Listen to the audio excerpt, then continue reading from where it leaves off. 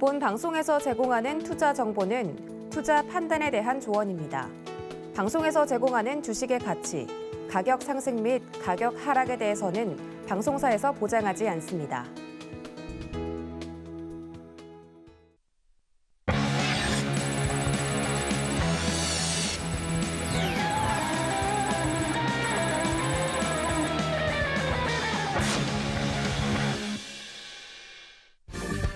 안녕하세요. 커다란 상승 흐름에 올라타는 시간, 빅사이클 진행을 맡은 이혜은입니다.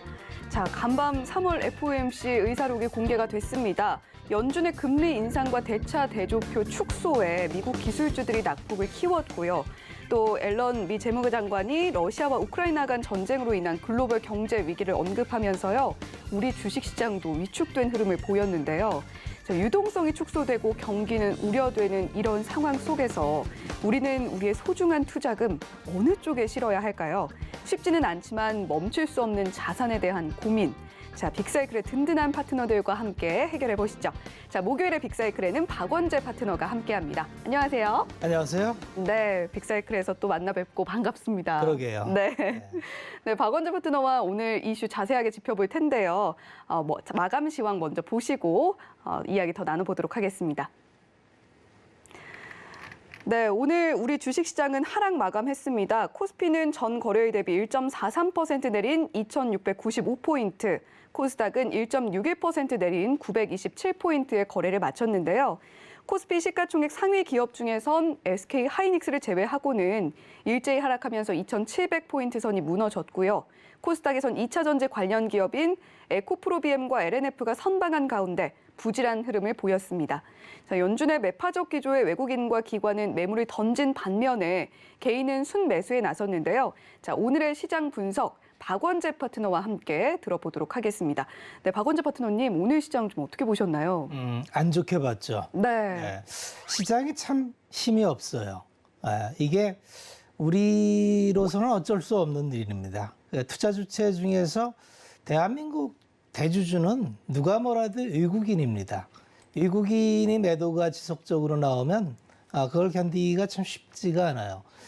2020년부터 20년, 21년, 22년 해서 한 58조 정도 외국인이 매도 중인데 외국인은 2000년대 들어와서 대체적으로 30%에서 45% 사이의 밴드를 유지하고 있어요. 그런데 30% 비중이 깨져 있어서 야, 이만하면은 외국인이 팔 만큼 판 거 아닌가 이런 심정적인 마음은 갖고 있는데 최근에 글로벌 자금은 대체적으로 패시브 자금이 대주류로 돼 있어요. 네. 그러다 보니까 패시브 자금은 고민 안 하고 그냥 자산 배분으로 갑니다. 그러니까 항공물에 대한 비중을 늘리느냐 줄이느냐 이게 이제 기준점인데 뭐 대선 때 우리가 MSCI 선진지수 편입에 대한 논란도 있었습니다만은 전체적으로 지금 EM 시장이나 대한민국 시장의 비중 확대 움직임이 없구나 이 정도로 보시면 되고 그러면 언제 돌아올 거냐 사실 그건 알기가 어려워요. 그래서 우리가 시황을 보고 매일매일 종목을 보고 하는 거는 좋은데 우리가 주식 투자를 하면서 잊지 말아야 될 게 큰 방향을 잊어버리면 안 됩니다. 큰 방향이라 하면은 결국은 실적이에요.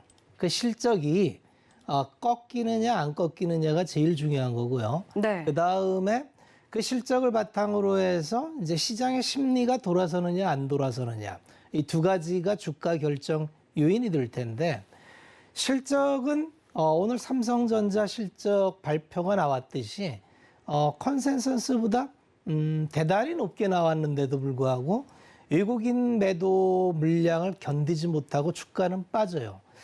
이런 그 불합리를 투자하다 보면 굉장히 많이 겪게 됩니다. 그럴 때마다 투자자는 항상 그 방향을 중심으로 판단을 해야 돼요. 네. 삼성전자의 실적이 꺾일 거냐, 수요가 꺾일 거냐, 이런 걸 바탕으로 하지 않으면 우리가 뭐 내일 오를지 모레 오를지 이거 할 수는 없어요. 다만 이익의 방향성이 훼손되지 않고 사이클에 있어서 꺾이는 게 확인이 되지 않는다면은 그걸 믿고 투자자는 갈 수밖에 없다. 이런 말씀을 드리겠습니다. 네, 오늘 시장 분명히 좋지 않았습니다. 하지만 그 안에서 시장이 던진 시그널들 우리 박원재 파트너님께서 짚어주셨고요. 과연 시장의 방향성이 어디로 향할 것인지 궁금하신 분들은요. 샵 0082번으로 박원재라고 보내주시면 저희가 박원재 파트너의 노란톡방에 들어갈 수 있는 참여 링크 안내를 해드리고 있습니다. 많이 들어오셔서 이 하락장에서 과연 우리는 어떻게 대응을 해야 될지 현명한 대응법 얻어가셨으면 좋겠습니다. 자, 그러면 미래를 보는 눈 빅사이클 오늘의 상승 업종으로 넘어가 보도록 하겠습니다. 화면으로 만나보시죠. 네, 박원재 파트너가 뽑은 상승 사이클 업종 반도체입니다. 네, 3월 반도체 수출은 사상 최고 수준이었습니다. 전년 동기 대비 38%였고요. 품목별로는 D램이 37.9%, D램 모듈이 57%, 플래시가 68.8%, SSD 보조 기억 장치가 55.6%, 웨이퍼가 45.5%를 기록했죠. 다음으로 반도체 관련 지난주 주간 수익률부터 살펴보도록 하겠습니다. 삼성전자가 마이너스 1%, SK하이닉스가 마이너스 1.7%, KRX 반도체가 마이너스 1.2%, 미국 아이쉐어스 세미컨덕터 ETF가 마이너스 4.4%, 대만 반도체가 마이너스 1.9%, 중국 반도체 마이너스 3.3%였습니다. 자, 지난주 수익률의 부진, 러시아 우크라이나 전쟁 그리고 인플레이션 우려까지 PC와 중국 스마트폰 수요도나 우려도 커지면서 반도체 업종에 대한 투자 심리가 부진했다 이런 분석인데요. 많이 부진하죠. 네. 지금 지표로 봐도 그렇고 차트를 보면 아주 명확해지는데 종합 주가 지수 차트가 지금 이래요. 박스 모양을 그리고 있죠. 그런데 이 주된 원인이 이렇게 보시면 될 거예요. 지금 시장은 그냥 박스입니다. 박스 안에서 등락을 하고 있는데 박스를 벗어나려면은 이 박스를 벗어날 만한 시장의 모멘텀이 필요한데 그게 대체적으로 대외 변수의 불확실성으로 출발된 거니까 연준의 긴축의 일정이나 전쟁 이슈나 원자재의 급등 이런 것들이 좀 가라앉아야 이런 박스를 돌파하는 이슈가 될 것 같아요. 그래야 외국인이 좀 들어올 것 같습니다. 그런데 이렇게 시장이 정체되어 있으면은 제가 종종 말씀드리지만 시장의 자금은 어떠한 환경에서도 수익을 내야 될 자금이 있어요. 네. 왜냐하면 고정비가 들어가는 팀이 굉장히 많죠. 그래서 시장의 돈은 여러 가지로 분류가 되는데 이 매일매일의 운영비를 뽑아야 되는 돈은 가만히 있을 수가 없어요. 그래서 테마를 만들어냅니다. 요새 시장이 그래요. 그래서 범위 산에 없으면 여우가 대장 노릇을 합니다. 지금 시장이 그래요. 네. 그래서 지금은 테마가 굉장히 번쩍번쩍한데 우리 투자자분들이 이럴 때 정말 해야 될 일과 하지 말아야 될 일을 구별해야 되는데 이 행보 구간의 계좌가 대체적으로 많이 녹아내려요. 왜 녹아내리느냐 하면 내 거는 가만히 있고 옆에 매일 움직이는 거 움직이니까 야 내가 지금 물려있는 거 한 30% 물려있는데 도저히 복구도 안 되고 뭐 시황도 맨날 빡쓰고 그렇게 긍정적인 얘기도 안 나오니 야 저쪽에 가서 복구해야 될까? 뭐 이런 생각을 갖습니다. 근데 누군가 이제 그런 유혹을 해요. 복구시켜주겠다고. 네. 그래서 뭐 문자도 날리고 그럽니다. 하죠. 그런데 생각을 해보십시오. 이게 돈이 빠른 회복으로 들어간다는 건 그게 지금 이 구간에서 버텨서 이겨내서 추세를 갖고 가는 게 아니에요. 그냥 빠르게 돌 뿐이지. 그러면 내가 미리 들어가 있는 게 아니라 그걸 눈으로 보고 들어가서 또 높겠죠, 그러면. 그럼 내가 갖고 있는 거 30% 손절을 하고 그쪽으로 가서 사자마자 물려서 또 한 15, 20% 물리면은 그걸 두 번만 반복하면은 네. 계좌는 그냥 다 없어집니다. 주식 시장은 그렇게 배팅해서 그렇게 무한 반복할 수 있는 게 아닌 게 투자 원금이 정해져 있잖아요. 그래서 이 투자 원금을 가지고 전략을 세우고 이 기다려야 될 구간과 자신 있게 올라탈 구간을 구별을 해야 되는데 지금은 추세가 없죠. 이걸 비추세라 합니다. 비추세 구간에서는 테마가 기승을 하고 네. 그 테마에 올라타면 금방 뭐 수익이 날 것 같지만 해보시면 알겠지만 거의 계좌를 망가뜨리는 원흉입니다. 거의 그것 때문에 다 망가져요. 그래서 정작 시장은 어차피 이 박스를 언젠가 뚫고 올라가요. 뚫고 올라가서 새로운 주도주가 나오고 새로운 흐름을 만들어냅니다. 그러면 그때 이제 우리는 가지고 있던 참고 참았던 걸 포트 비중 조절을 해서 옮겨야 되는데 이 구간에서 나 혼자 왔다 갔다 하다가 계좌가 그냥 뭐 다 없어지면은 주식 못 하죠. 복구가 안 됩니다. 네. 계좌가 반토막 이상 나면은 복구하려면 100%가 나야 돼요.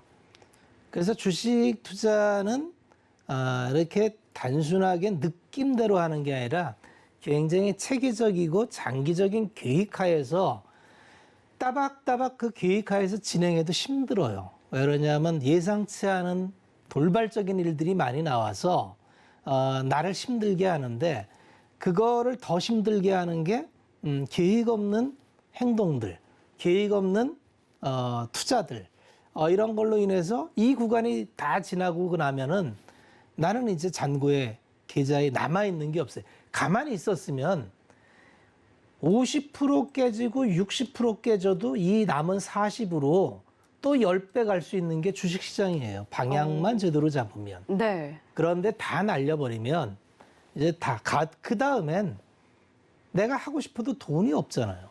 시장이 없어져서 못하는 게 아니라 내가 돈이 떨어져서 못하는 거예요.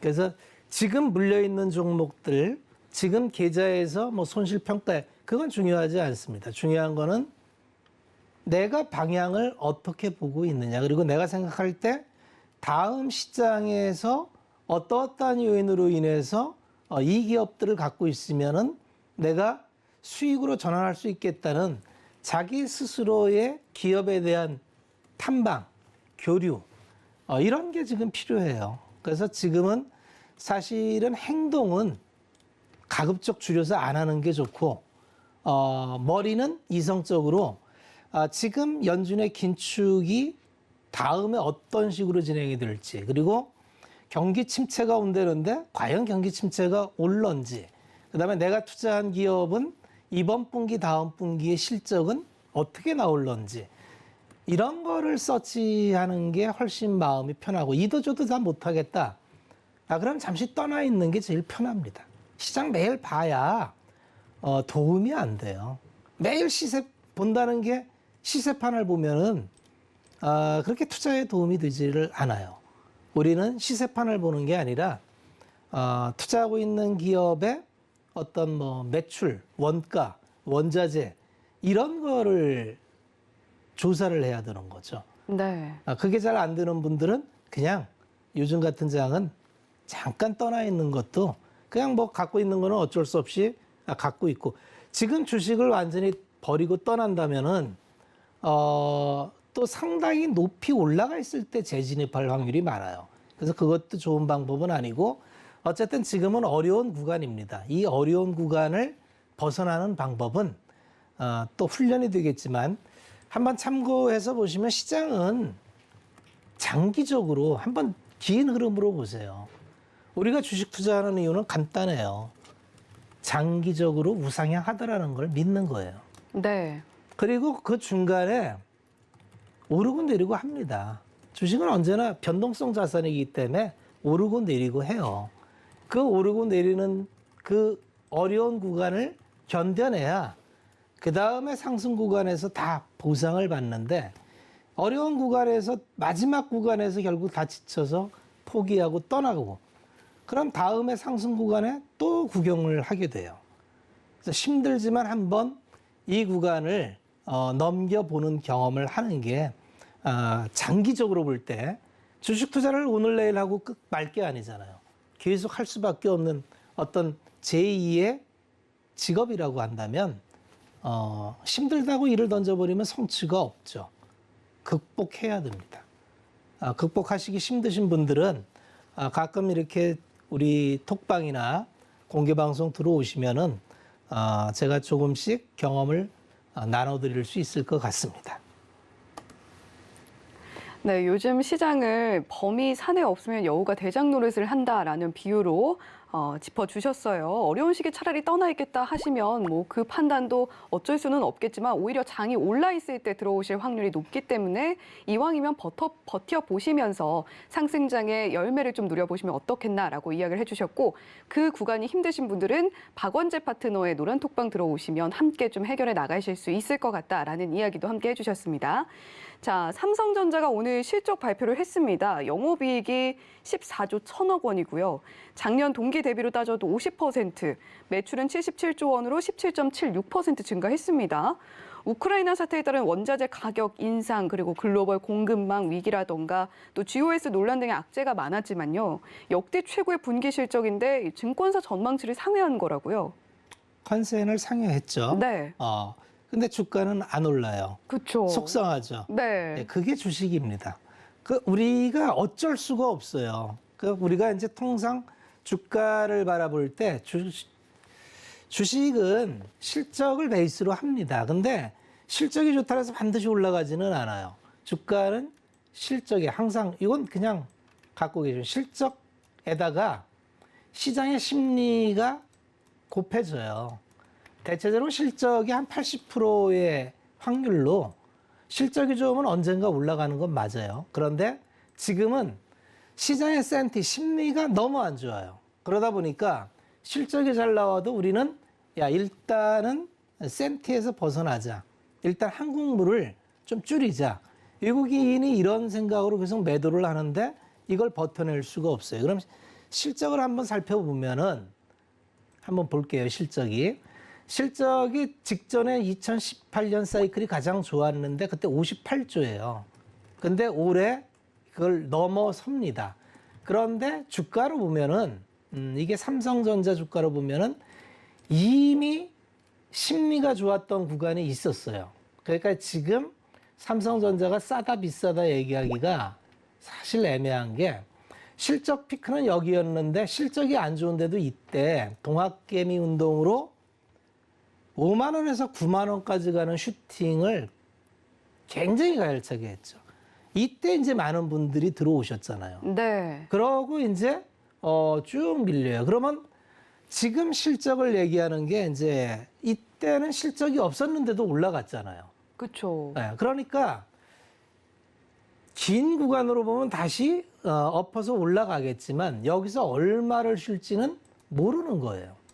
여기서 얼마를 쉴지는 몰라요. 다만 삼성전자를 얘기한다면은 우리가 기대했던 게 몇 가지 있고 지금 기대에 충족시키지 못하는 게 몇 가지가 있는데 그거는 좀 알 필요가 있어요. 삼성전자를 우리가 이렇게 동학개미 운동으로 쭉 올렸을 때에 한번 기억을 더듬어 보시면 이때 많이 했던 얘기가 뭐냐 하면은 삼성전자가 이제 체력이 달라진다. 뭐냐 하면 시스템 반도체를 진출을 해서 TSMC하고 자웅을 겨룰 것이다. 이런 얘기가 많았어요. 그래서 네. 설비 투자 많이 하고 시스템 반도체에 들어가서 곧 뭐가 될 것처럼 했는데 그 이후에 시간이 좀 흘렀는데 지금 문제는 이 메모리는 좋아요. 메모리는 뭐 사상 최대 이익이 아주 견조하게 잘 되는데 시스템 반도체에서 계속 문제가 생깁니다. 뭔 문제가 생기느냐 하면 수율이 안 나와요. 5나노 넘어서 4나노를 가고 있는데 네. 4나노의 수율이 너무 안 나와요. 뭐 30%대 이렇게 나오다 보니까 그러면은 원가 관리가 안 됩니다. 최소한 그래도 60%대는 나와야 마진을 안정적으로 먹는 건데 그러니까 아마 시스템 반도체 쪽에서는 이게 합산해서 나오니까 잘 모르는데 아직 그 플러스가 안 났을 거라는 생각이 많이 있는 거죠. 그러니까 거기다가 이제 얼마 전에 그 엑시노스의 발열 문제로 인해서 게임할 때 고사양 게임을 할 때 좀 속도를 늦추는 이런 문제를 가지고 좀 이슈가 있었죠. 고스 문제. 그러다 보니까 휴대폰 사업부도 1, 4분기 실적이 좋았는데 노이즈가 좀 많이 생겼죠. 이 삼성의 하이엔드가 좀 생각보다 잘 안 되네. 그래서 이제 이걸 폴더블로 넘어가는데 문제는 칩이죠. CPU. 이 휴대폰 칩이 애플이 지금 세계적 휴대폰 시장을 석권하는 게 M1 칩을 가지고 석권하지 않습니까? 그러다 보니까 삼성전자는 지금 외국인 입장에서는 야, 이 불확실성을 좀 보자. 거기다가 퀄컴이나 이런 고객들도 좀 이탈 조짐이 있고 엔비디아도 지금 시스템 반도체의 제일 고객이 퀄컴이고 그다음에 엔비디아, 그다음에 나머지는 내재화 물량이에요. 삼성 물량. 그러니까 이 두 고객이 굉장히 중요한데 고객 수를 늘리지 못하고 줄이고 있다. 이거는 좀 시장 참여자 입장에서 봤을 땐 불편합니다. 그렇지만 그럼 삼성전자가 나쁘냐? 나쁘지 않아요. 왜냐하면 인텔도 이제 시스템 들어온다 그랬지만 앞으로 이게 반도체, 오늘 얘기할 반도체 산업의 집중적인 문제인데 앞으로 공정 난이도가 굉장히 높아집니다. 공정 난이도가 높아지면서 누구도 쉽게 무슨 3나노 이상, 4나노, 3나노를 진입할 수 있다 얘기하기가 어려워요. 더군다나 이제 미세 공정이 점점 좁혀지면은 이 간극이 좁아지기 때문에 전자이동에 간섭이 생기고 그러면 트랜지스터의 공정 변화가 또 나와야 돼서 지금까지는 TFT 팹 형태의 드레인을 쓰고 있는데 이게 삼성이 3나노부터 GAA로 간다 그랬잖아요. 그런데 그게 이제 과연 시장에서는 다 의심하는 거죠. 야, 지금 하는 거 보니까 삼성이 그거 잘할까? 만약에 그 삼성이 기술 혁신으로 성공을 하면 올 말 내년에 성공을 하면 삼성전자는 틀림없이 한 단계 레벨업이 될 겁니다. 네. 다만 주식은 미래의 일이고 그건 삼성전자 관계자도 몰라요. 그러니까 투자자라는 건 이 기업이 어떤 방향으로 가고 있는데 나는 그 방향 중에서 내가 조사를 해보니 좀 승산이 있겠다. 그럼 내 자산 중에 일부를 거기에 태워서 올라가는 겁니다.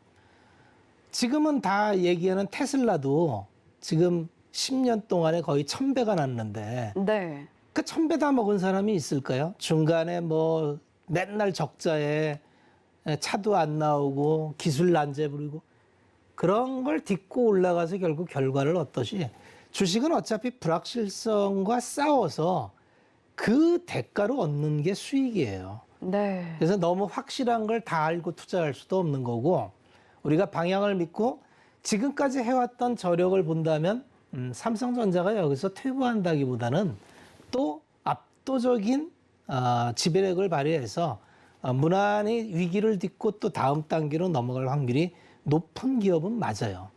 그러나 당장 주가가 돌아서기에는 이런저런 노이즈가 많이 깔려 있다. 그러면 나는 지금 삼성전자보다 더 빠른 걸 갈 거냐 아니면은 뚝심 있게 그냥 아예 난 변동성 여기서 빠져봐야 지가 10% 더 빠지겠냐. 그럼 난 여기서 견뎌보겠다. 이런 걸 선택을 해야 되는 겁니다. 그게 힘든 거예요. 그래서 그런 결단과 자산 배분, 그 다음에 기업을 보는 방향, 이게 짧은 시간에 되지는 않겠습니다만 그래도 해내야 됩니다. 그래야 우리는 주식 투자를 통해서 원하는 걸 얻을 수가 있어요. 네, 시장에 대한 이야기도 해주셨고 삼성전자 실적 이야기도 해주셨는데 말씀하신 대로 뭐 삼성전자 주가는 오늘 좀 흘렀습니다. 그렇다면 뭐 삼성전자뿐만이 아니라 반도체 업종의 전망, 뭐 정확하게 예측은 불가능할지 몰라도 어떻게 좀 보고 계신지 궁금하거든요. 뭐 정확하게 예측은 안 돼도 방향은 알아요. 네네. 반도체는 한 번도 역성장 해본 적이 없어요. 무조건 성장입니다. 네. 문제는 그 성장하는 과정 속에 사이클을 그리는데 그 과거의 사이클은 특히 메모리 쪽은 시크리컬이라 해서 굉장히 가격 변동이 컸어요. 네. 그런데 앞으로는 그게 좀 작아질 겁니다. 그렇게 본다면 반도체를 지금 계속 우려하는 게 사이클이 이제 하락 사이클로 갈 거라는 우려를 계속 작년 여름부터 했죠. 어디죠? 의자계에서 골드만삭스에서 윈터 이즈 커밍 뭐 이래가지고 이제 메모리는 이제 하락 사이클로 들어간다. 그러다 가을에 갑자기 I'm sorry 바로 발이 바뀌었어요. 우리가 잘못 봤다. 하락 사이클 아닌 것 같다. 그래서 올라가다가 우크라이나 전쟁 나고 다시 스팟 가격이 떨어지고 있어요. 그 가격은 원래 이렇게 오르내리는데 그걸 보고 우리가 맞추기는 굉장히 어렵습니다. 다만 우리가 반도체를 봐야 되는 거는 반도체 시장이 전 세계 산업에서 점하는 비율은 한 0.6% 수준밖에 안 됩니다. 우리나라는요. 우리나라는 한 7% 수준을 점해요. 그러니까 우리나라는 반도체 빼면은 투자 얘기가 안 되고 네. 아마 대부분의 투자자들도 소부장이나 삼성전자, 하이닉스를 많이 갖고 계시고 지금은 이제 계좌가 잘 움직이지 않아서 소가리를 하고 계실 걸로 아는데 그래서 오늘은 제가 짧은 시간에 도대체 반도체를 어떻게 보고 내가 갖고 있는 거를 어떻게 할 거냐 요거에 대해서 빠르게 한번 짚어보겠습니다. 자, 차트를 한번 보고 말씀을 드릴게요. 자, 전 세계 반도체 산업 투자 규모를 보면은 그냥 상승입니다. 이건 한 번도 역선상 해본 적이 없어요. 이건 당연한 게 반도체라는 거는 처음에는 이제 군사용으로 쓰다가 90년대에 퍼스널 컴퓨터가 나와요. PC가. 이 PC의 CPU를 출발로 해서 메모리 이제 합장해서 가는데 이게 점점 늘어나면서 확장을 했어요. 근데 디바이스 출현 시기가 PC에서 모바일로 넘어가는 게 10몇 년이 걸렸죠. 거기서 새로운 디바이스 나오는 게 2017년 이때 서버 시장이 나와요. 근데 앞으로 한번 새로운 디바이스를 보십시오.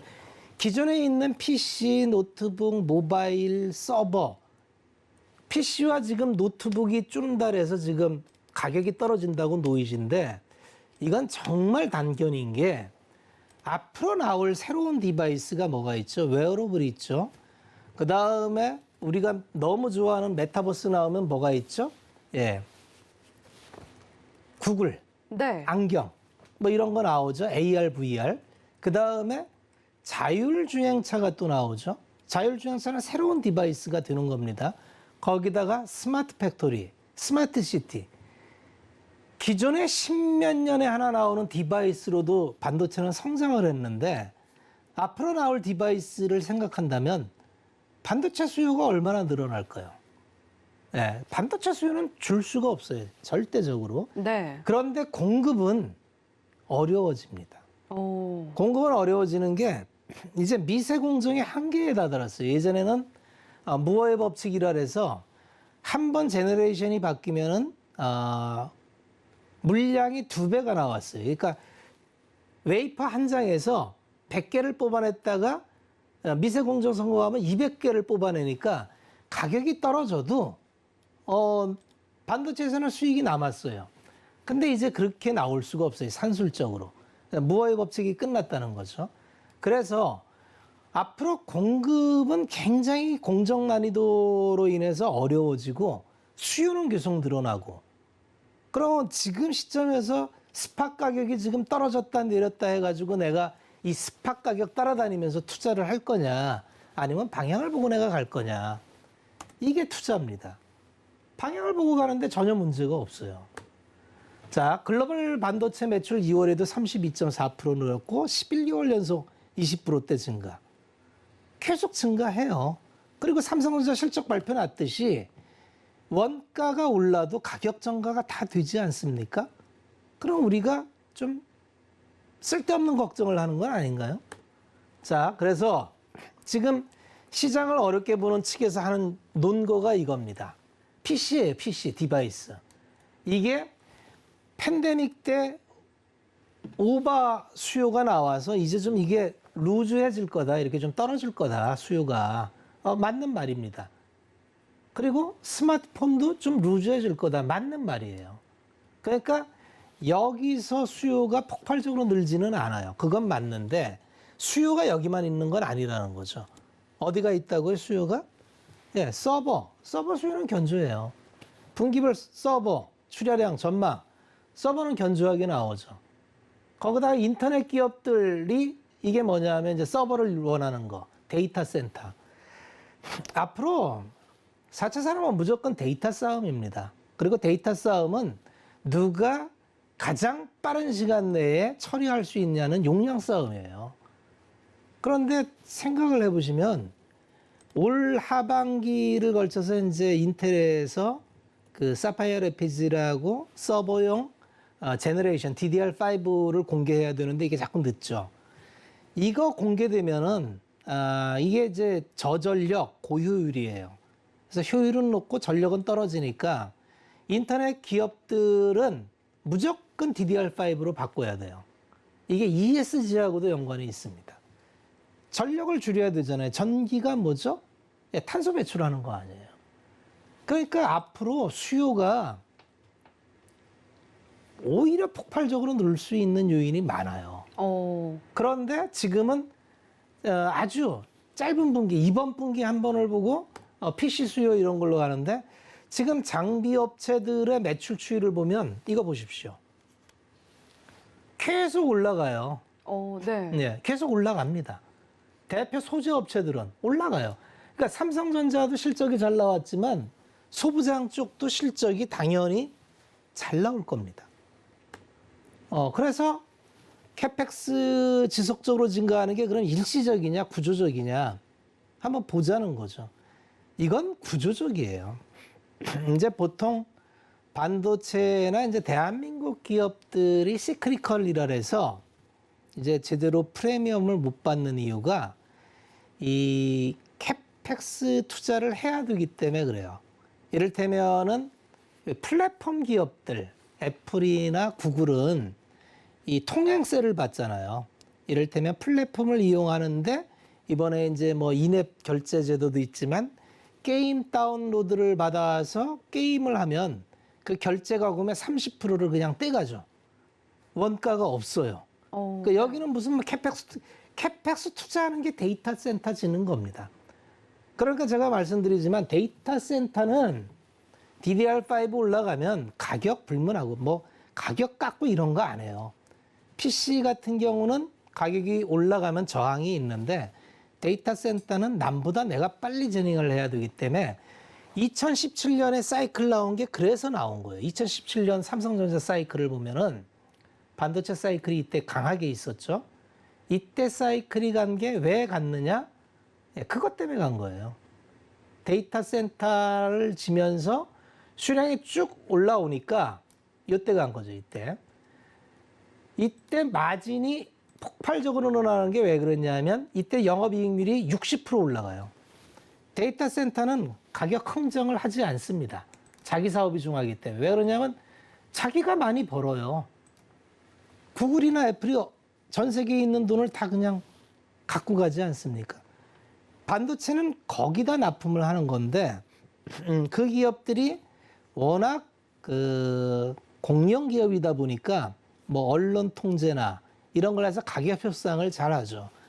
그래서 이제 사실은 애드벌룬을 띄우려고 이렇게 뭐 리서치 기구나 이게 협의하에 계속 반도체가 뭐 겨울이다 안 좋다는 얘기가 나오는데 투자자는 그래서 그런 그 뉴스나 이런 거를 보면 현혹돼요. 올바른 판단을 내리기가 쉽지가 않은데 네. 본질을 보면 이익이 훼손되지 않고 계속 가잖아요. 근데 우리는 한번 경험을 했죠. 언제 했냐면 삼성전자 실적이 언제 깨졌느냐 하면 19년, 18년 넘어서 19년도에 반토막이 나요.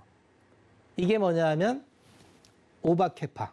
설비 투자를 왕창 해놨는데 수요가 뚝 떨어져 버리니까 여기서 협상력이 떨어지는 게 반토막이 납니다. 그래서 이제 반도체 회사들도 투자를 그렇게 안 합니다. 캐펙스 투자를 예전처럼 수요가 늘 거니까 미리 설비 투자해야지 이렇게 안 해요. 수요를 보고 투자를 합니다. 그래서 캐펙스 투자는 구조적으로 이렇게 올라갈 수밖에 없고 보시면 21년에도 최근 3년 동안 캐펙스가 하이닉스를 보시면 보세요. 20년 요만큼이죠. 그냥 막대만 보셔도 돼요. 21년 이만큼, 22년 이만큼. 내년이라고 안 할까요? 네, 내년도 해야 될 확률이 많아요. 왜 그러냐면 공정전환과 DDR5로 넘어가면은 또 산출량이 안 나와요. 그러니까 같은 팹에서 뭐 10,000개 나오던 게 DDR5로 바꾸면 한 7,000개밖에 안 나옵니다. 수량이 안 나와요. 오히려 수요자가 급할 수도 있습니다. 마이크론도 마찬가지로 투자를 계속 들어가죠. 지금 수요는 굉장히 단단합니다. 그래서 중요한 거는 수요가 꺾이느냐가 중요한데 수요가 여간에서 꺾이지 않습니다. 비단 메모리뿐만 아니라 TSMC도 한번 보십시오. 설비 증설하는 게 사상 최대치를 계속 갱신하는, 요새 뉴스에 맨날 나오잖아요. TSMC가 얼마 투자하기로 했다. 인텔이 얼마 투자하기로 했다. 삼성전자 얼마. 단위가 어떻죠? 그냥 100조잖아요, 100조. 이렇게 설비 투자하는데 왜 투자하죠? 수요가 뒷받침되니까 투자를 하죠. 수요가 있으니까 투자를 하는. 지금 비메모리 같은 경우는 지금 주문 들어가면 2년 후에 받아요. 네. 쇼티지. 모든 게 쇼티지 아닙니까? 그런데 사실 주가가 이제 우리나라 주가만 안 좋죠. 해외 뭐 주가는 우리나라처럼 이렇게 형편없지는 않은데 우리는 주가가 많이 안 좋아요. 다만 주가만 보고 가기에는 지금 내용이 그렇게 엉터리는 아니다. 다만 한두 분기 정도는 이런 스팟 가격에 대한 하락세가 좀 멈출 때까지 이건 좀 견뎌봐야 된다. 이런 말씀을 드리겠고요. 소부장 업체들은 언제나 삼성전자와 하이닉스에 납품을 하면서 하다 보니까 안 좋을 때는 더 많이 안 좋고 좋을 땐 더 많이 좋은 이런 사이클의 특성을 가져요. 그래서 이 특징을 보면은 올라가는 구간에 과거에는 생산업체가 이 마진을 좀 박하게 줬는데 지금 일본 소부장과의 수출 금지 또 내재화 이런 문제 이후에는 의주화를 많이, 특히 이제 패키징 같은 경우는 의주화를 많이 주죠.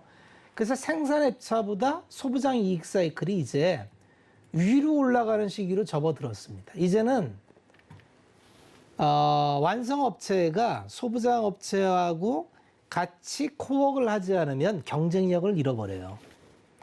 삼성전자가 애플향 물량을 대만 TSMC에 뺏긴 게 결정적으로 패키징 때문에 그랬는데 패키징은 다 외주 업체예요. 그러다 보니까 우리도 빨리 외주를 키우고 소부장과 같이 코웍을 해야겠다. 이런 게 지금 활발하죠. 그래서 앞으로는 소부장 이익 사이클이 생산업체보다 더 높게 올라갈 확률이 많습니다. 그러니까 소부장이 과거에는 그냥 좀 생산업체에서 떨어지는 거 받아먹는 개념이었다면 이제는 앞단에 서서 수익을 창출하는데 그런 게 이미 보이죠. 그 다음에 아까 이제 DDR5가 어차피 이제 우리 DDR5로 넘어가야 되는데 DDR5라는 건 뭐냐 하면 그냥 세대라고 보면 돼요. 이제 D램이나 이런 게 뭐냐 하면은 어떤 한 세대가 지나면 이제 이 2차로를 교통이 막히면 4차로로 늘리죠. 여기서 더 트래픽 잼이 걸리면 8차로, 16차로, 32차로 이렇게 넘어가는 걸 우리는 세대라고 보면 돼요. 근데 지금까지는 이제 세대가 DDR1부터 4까지 이렇게 이전이 되어 있는데 보면은 당연히 세대가 넘어가면은 전 세대는 안 쓰죠. 그 다음 세대로 넘어가죠. 이게 매출 추이가 이렇게 나와 있습니다. 이렇게 나와요. 이 옆에도 변화를 보면 이건 뭐 너무나 당연한 거죠. 좋은 게 있는데 나쁜 걸 쓸 리가 없잖아요. 그래서 서서히 올라가는데 지금 DDR5가 못 나오는 이유가 메모리 업체는 이미 다 끝났어요. 준비가 끝났는데 우리가 이제 반도체 쓰는 거를 대체적으로 PC나 서버나 마찬가지인데 보통 연산을 하는 걸 CPU라고 하고 요새는 병렬 연산으로 GPU도 같이 쓰죠. 그리고 이거를 보조하는 걸 메모리를 이렇게 씁니다. 근데 옛날에는 이거를 이제 따로따로 이렇게 기판을 따로따로 써갖고 이 병렬해서 썼는데 요거를 요새는 시스템 온칩이라서 한 기판에 같이 써요. 그러면서 변화 나타난 게 FCBGA나 이렇게 요새 심텍이나 기판 업체가 굉장히 탄력이 좋은 게 이 이유 때문에 그래요. 적층 구조로 갑니다. 메모리가. 이게 뭔 의미를 갖냐면 적층 구조로 가다 보면 공정 난이도가 계속 높아져요. 이 얘기는 뭐냐면 앞으로 공급하기가 쉽지 않다는 얘기입니다. 과거처럼 오버 캐파가 돼가지고 물량이 막 쏟아지거나 이러기가 구조적으로 좀 어려워요. 그럼 DDR5로 넘어가면은 지금 PC용은 작년 11월 달에 나왔죠. 엘더레이크라고. 근데 이제 사실은 PC는 아까 봤다시피 이제 메모리 시장에서 주된 시장은 아니에요. 이게 이제 서버 시장으로 넘어가는데 서버 시장에 DDR5를 이 인텔 CPU가 내줘야 되는데 이게 작년 말에 하겠다 했다가 1, 4분기 나왔다가 뭐 자꾸 늦춰져요. 누구는 뭐 5월 11일 날 인텔 데이 때 발표할 수도 있다라는데 어쨌든 DDR5 사파이어 레피즈가 나오면 이 메모리 업체한테는 엄청난 모멘텀이 됩니다. 그때부터 주가는 튄다 이렇게 보시면 돼요. 만약 예측대로 5월 11일 날 사파이어 레피즈 일정이 발표돼서 양산 계획이 나온다. 그러면 삼성전자 하이닉스는 그걸 기점으로 해서 돌아설 확률이 많습니다. 근데 그건 뭐 그때 가봐야 알죠. 모르죠. 그게 이제 워낙 늘어지다 보니까. 근데 인텔은 또 수익 전략을 하다 보니까 그걸 뭐 굳이 지금 뭐 있는 거 팔면서 한다 이런 급하지를 않은 것 같아요. 그러니까 그건 한번 참고해 보시고. 그래서 이제 하이닉스의 분기별 매출이 이렇게 나오는데 이거보다는 다음 장에 나와 있는 디램 가격에 대해서 하도 말이 많으니까 한번 옛날에 부러졌을 때하고 한번 생각을 해보시면 이제 이렇게 사이클을 계속 갑니다. 이게 사이클이 굉장히 커요. 이게 안 보여서 그런데 이게 1불에서 이게 0.1불에서 한 10배 이렇게 가격이 막 움직여요. 반도체의 가격이 굉장히 스팟 가격이 움직임이 큰데 이게 19년에 이렇게 떨어지면서 반토막 나면서 지금 움직이는 게 한번 생각을 해보세요. 이 가격이 저 위에서 놀면 이게 떨어지는 충격이 큰데 지금 이 아래에서 놀잖아요. 여기서 더 떨어질 공간이 그렇게 많지가 않아요. 그러니까 시장에서 우려하는 것보다 그렇게 뭐 디램 업체가 데미지를 받을 확률이 많지가 않습니다. 그러니까 지금 시장의 우려는 생각보다 기우일 확률이 많아요. 그래서 정리를 해드리면은 반도체가 지금 안 좋은 거는 센티가 무너져서 그래요. 심리가 무너져서. 그리고 심리가 안 좋은 거는 외국인의 매도 때문에 그래요. 근데 대체적으로 외국인 매도가 이제 범주가 레인지를 그리는데 거의 바닥 국면에 와 있는 건 맞고요. 삼성전자 먼저 그 삼성과 상속세 때문에 블록들 할 때 그 외국계가 다 받아갔죠. 그래서 그런 건 또 그렇게 싸게 나온 건 다 받아가요. 그러니까 무슨 떠나겠다 이런 게 아니에요. 삼성전자가 세계 제1의 메모리 업체인데 포트폴리오에서 뺄 수 있겠습니까? 그거 뺀다는 건 불가능한 얘기고요. 그래서 다만 이렇게 심리가 안 좋을 때는 다 안 좋게 보이지만 그거 넘어가면 또 돌아서더라. 이런 걸 생각을 하시면서 제가 볼 땐 진짜 빠르면은 5월 11일 날 나오면 좋고 그게 늦어진다래도 분기 실적이 계속 발표될 거예요. 분기 실적이 꺾이지 않는 게 확인되면은 반도체는 다시 제자리를 찾아갈 확률이 많다. 투자할 만한 포트에 집어넣을 만한 그런 섹터인 건 맞다. 이렇게 마무리를 하겠습니다. 네, 오늘의 상승 사이클 업종 반도체에 대한 이야기 상세하게 풀어주셨는데요. 반도체 지금 현재 공급 쇼티지를 분명히 겪고 있기는 하지만 앞으로 수요에 대한 부분은 계속해서 필연적으로 늘어날 수밖에 없다는 점 짚어주셨고 앞으로 포트폴리오에 구성을 해봐도 굉장히 매력적인 그런 업종이 될 것 같다고 이야기를 함께 해주셨습니다. 자, 이렇게 상승 사이클 업종 반도체 이야기 짚어봤고요. 자, 오늘의 박원재 파트너가 공개하실 탑픽 종목도 만나보시죠. 네, 오늘 탑픽 기업 어떤 종목 가지고 오셨나요? 오늘은 장비 업체 중에서 네. 유진테크를 갖고 왔어요. 유진테크요. 네. 유진테크 어떤 기업인지도 좀 설명을 해주시죠. 장비 업체를 가져온 이유는 이제 팹 증설이 들어갑니다. 네. 평택에 P3 들어가고 SK 하이닉스 용인에 M16이 들어가요. 그러면 기본적으로 이제 팹이라고는 공장을 얘기하는데 여기에 설비가 증설이 되면 제일 먼저 들어가는 게 장비가 들어갑니다. 물론 이제 의자계 장비, 뭐 AMAT나 텔이나 뭐 램리서치나 이런 쪽에 이제 장비를 채워놓고 EUV 장비 채워놓고 국내 장비는 아쉽게도 이제 증착 장비밖에는 없어요. 증착 장비의 대장은 옛날에는 다 원익 IPS, 테스 이런 기업들이 했습니다. 이게 증착에 대한 과정을 또 이제 이게 이해가 필요한데, 네. 증착 장비는 기본적으로 이제 그 화학 증착 장비를 많이 썼어요. CV, PVD라고.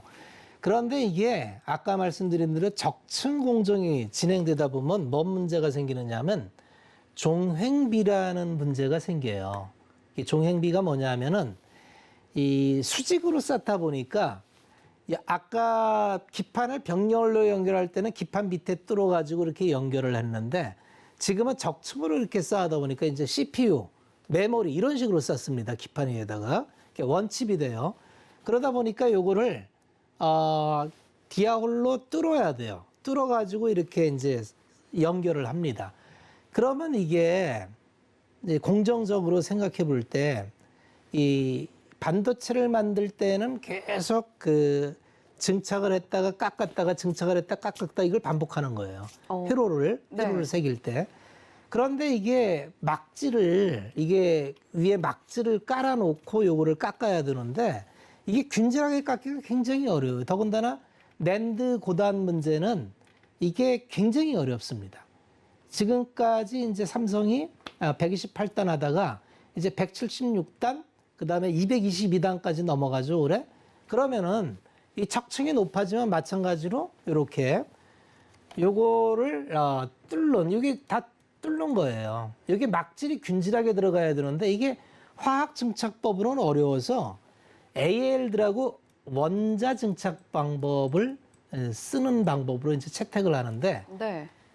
원익 IPS가 요새 어려워지는 게 이게 기술이 빨리 안 따라가요. 그래서 이걸 빨리 한 게 유진테크하고 주성 엔지니어링이 먼저 갔어요.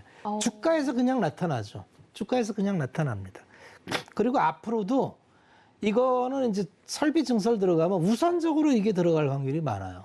그래서 유진테크는 이제 올라가다가 쉬고 있는데 4분기 실적 노이즈가 좀 있는 것 같아요. 그렇지만 실적 노이즈를 딛고 올라갈 확률이 많습니다. 그래서 잠깐 여기 다시 보시면은 유진테크가 이제 이 올해부터 사상 최대 실적을 계속 경신할 확률이 많아요. 그 얘기는 뭐냐면 설비 증설이 들어가고 거기에 우선적으로 유진테크의 ALD 증착 장비가 들어갈 확률이 많다. 그렇게 보시면 되고요. 그 다음에 보실 게 그냥 차트로 그냥 말씀을 드릴게요.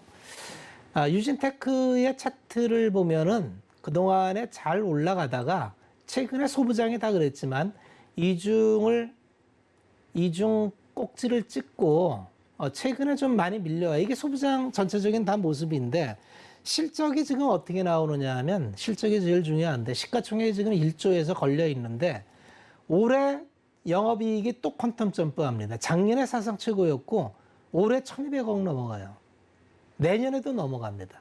이게 왜 그러냐면 그런 이유 때문에 이 실적이 나올 확률, 개연성이 굉장히 높다는 거예요. 그러면 우리가 상식적으로 그냥 생각을 해보자는 거죠. 이 실적이 나오면 퍼 개념으로 10배수 밑으로 들어가는데 9배수가 되는데 이걸 비싸다, 성장하는데 짧은 시간 내에 이렇게 성장하는 기업이 이 가격에 비싸다 이렇게 얘기하기 좀 어려울 것 같고요. 목표가는 지난 고점을 그냥 잡아주시면 그냥 55,000원 수준 잡고 손절가는 뭐 한 39,000원 잡아도 될 것 같습니다. 오늘의 소개는 유진테크로 말씀을 드렸습니다. 네, 오늘 박원재 파트너님이 탑픽주로 공개해 주신 종목은 장비주죠. 유진테크였습니다. 상세한 공략법, 대응법 궁금하신 분들은요. 박원재 파트너의 노란톡방에 들어오시면 상세한 정보들을 얻어가실 수가 있으니까요. 샵 0082번으로 박원재라고 보내주시거나 또는 하단에 나오고 있는 QR코드 기본 카메라 켜시고 화면에 갖다 대기만 하시면 저희가 참여 링크 안내를 해드리고 있습니다. 많이 들어오셔서 시장에 대한 분석도 얻어가시고 또 탑픽주 유진테크에 관한 정보들 그리고 공략법도 얻어가시면 좋겠습니다. 자, 박원재 파트너와 함께한 목요일 빅사이클 여기서 인사를 드릴 텐데요. 본 방송에서 제공해드리는 정보는 투자 판단에 대한 조언일 뿐 해당 종목의 가치와 수익률을 보장하지는 않는다는 점 말씀드리면서 빅사이클 여기서 인사드리도록 하겠습니다. 시청해주신 여러분 고맙습니다.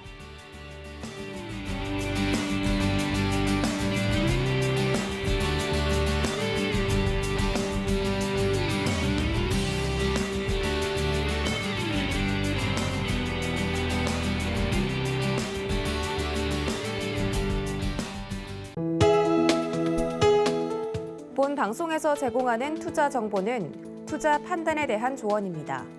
방송에서 제공하는 주식의 가치, 가격 상승 및 가격 하락에 대해서는 방송사에서 보장하지 않습니다.